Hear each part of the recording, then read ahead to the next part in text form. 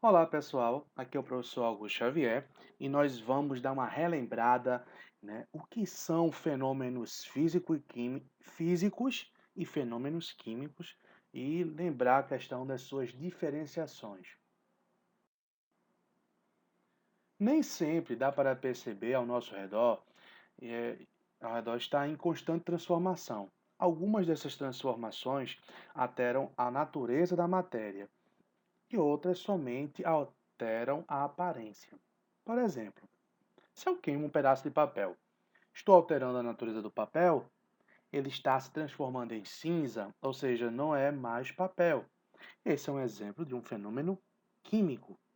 Mas se eu rasgo o papel, eu estarei alterando o papel, porém não estou transformando em papel em nada. Então continua sendo papel, só que um papel rasgado, né? Esse é um exemplo de um fenômeno físico. Então, gente, papel. Papel basicamente tem uma estrutura química conhecida como celulose.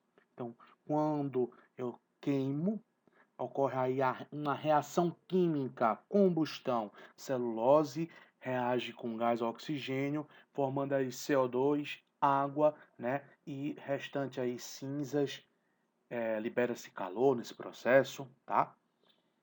Já se eu pegar um pedaço de papel e cortar, né? Simplesmente eu vou ter um fragmento de celulose. Não deixou-se de ter celulose, só eu vou ter um papel rasgado. São transformações em que não ocorre alteração na composição química da matéria, apenas a forma e a aparência da matéria são alteradas. Né?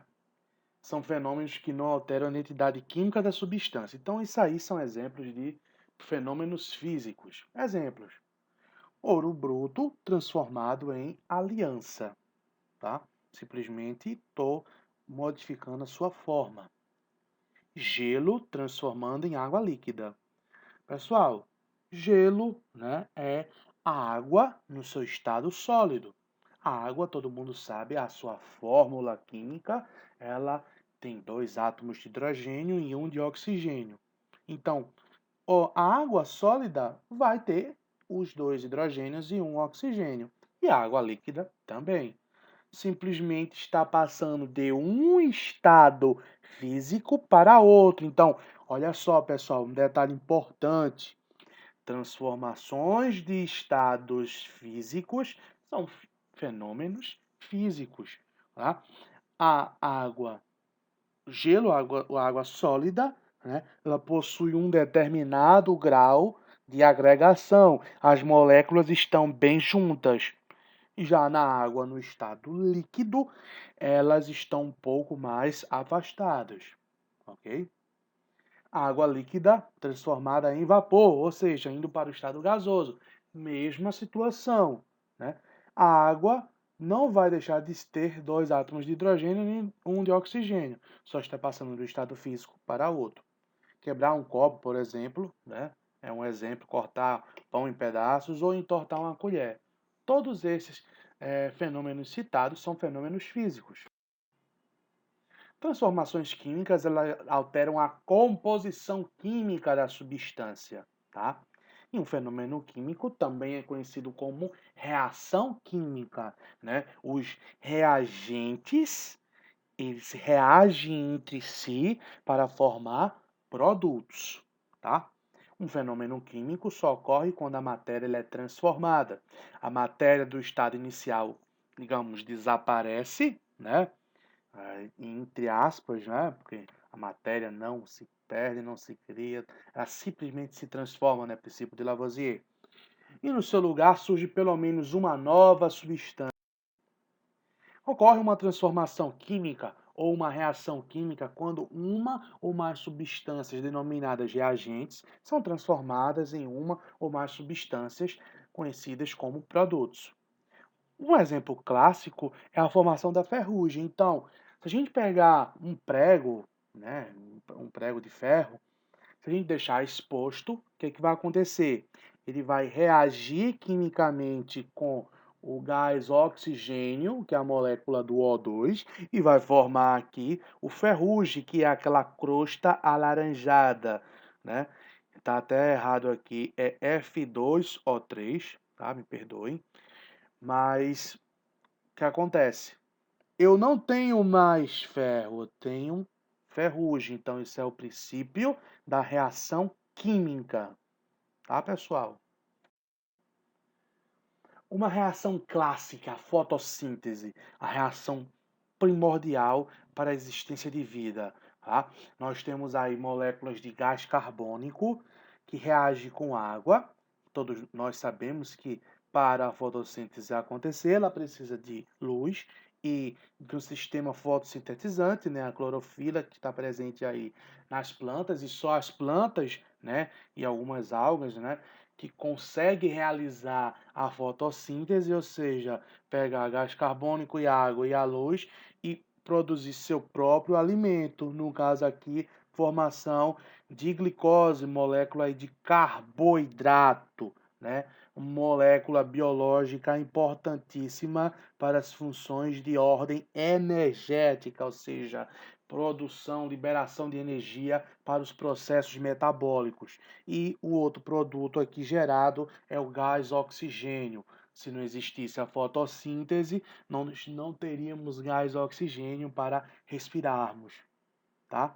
E na respiração liberamos CO2 e o CO2 ele é absorvido pelas plantas. Então veja como a natureza ela é bela, tá? Um outro exemplo clássico é quando pegamos o gás hidrogênio, que é um reagente extremamente inflamável, e temos uma ignição aqui, reage com gás oxigênio e forma água, tá? Então aqui é um exemplo de reação química. Outros fenômenos químicos que podemos citar no nosso dia a dia. Por exemplo, fabricação do pão, tá? Misturamos aí a massa, trigo, fermento, si, tá? E aquela massa se transforma em um material totalmente diferente. Reações químicas acontecem, né? A questão do apodrecimento dos alimentos, né?